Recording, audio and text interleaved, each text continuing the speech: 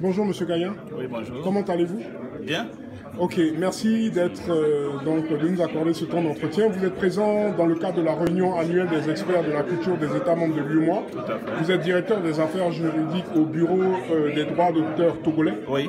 Alors, l'opportunité de votre présence à cette réunion repose sur, on va dire, la transposition d'une directive de protection des contenus et de valorisation de tout ce qu'il y a comme production culturelle. Tout à fait. En termes d'activité quant à cela au Togo, vous pouvez nous en dire quelques mots? Oui, merci monsieur. C'est vraiment une opportunité pour nous d'être à cet atelier et nous remercions les autorités de l'UEMOA et puis nos autorités en charge de la culture de nous avoir permis d'assister à cette réunion annuelle. Ce qui nous a particulièrement intéressé, c'est la directive concernant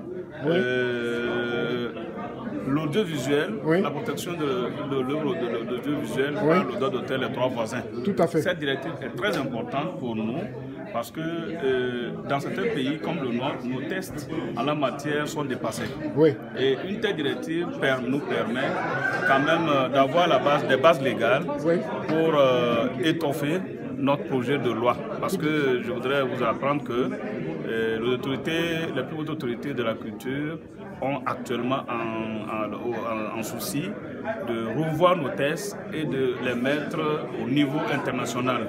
Donc cet atelier nous a permis d'avoir des éléments pour étoffer notre futur test qui incessamment nous souhaitons doit être adopté par le gouvernement togolais. Tout à fait. Donc l'adoption par le gouvernement togolais passe bien sûr par un texte de loi voté par le Parlement. Tout à fait. Vous êtes optimiste quant à cela?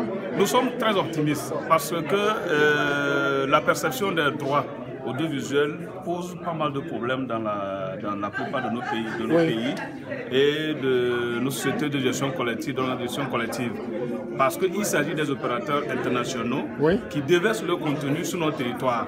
Et sur des principes qui les arrangent, ils ne veulent pas se mettre en conformité avec les tests. C'est-à-dire qu'en termes clairs, ils ne veulent pas payer les droits d'auteur au profit du contenu qui est communiqué dans notre espace. Donc nous tirons un coup de chapeau à l'UEMOA qui a vu le problème venir et qui a pris à bras le corps cette question brûlante de l'heure et qui nous a permis d'échanger et de partager nos expériences. Parce qu'il y a des pays qui sont quand même en avance. Je vais parler de la Côte d'Ivoire qui est en avance sur cette négociation. Au niveau des perceptions des droits d'auteur, au niveau du contenu audiovisuel qui est déversé sur nos territoires. Tout à fait. Nous sommes très optimistes et ça nous a vraiment permis d'avoir beaucoup d'informations sur ça et c'est très avantageux à l'espace de l'Union et à tous les créateurs de nos pays respectifs.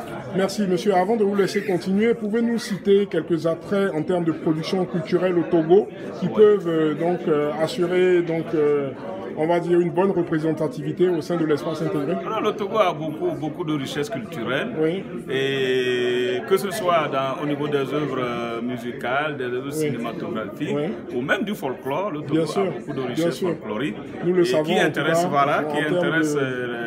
diversité artistique en tout cas, bien sûr. Il suffit seulement de s'intéresser un peu au pays, aux médias du pays, et vous allez voir que ce pays va vous intéresser. Cela va sans dire. Merci monsieur Kaya. Merci beaucoup. Nous rappelons que vous êtes directeur juridique du bureau togolais des droits d'auteur. Et vous êtes présent dans le cadre de la réunion annuelle des experts de la culture des États membres de l'UEMOA qui se tient à la commission de l'UEMOA au siège du 24 au 26 juillet 2018. Merci de votre présence et bonne continuation. À très bientôt. Au revoir.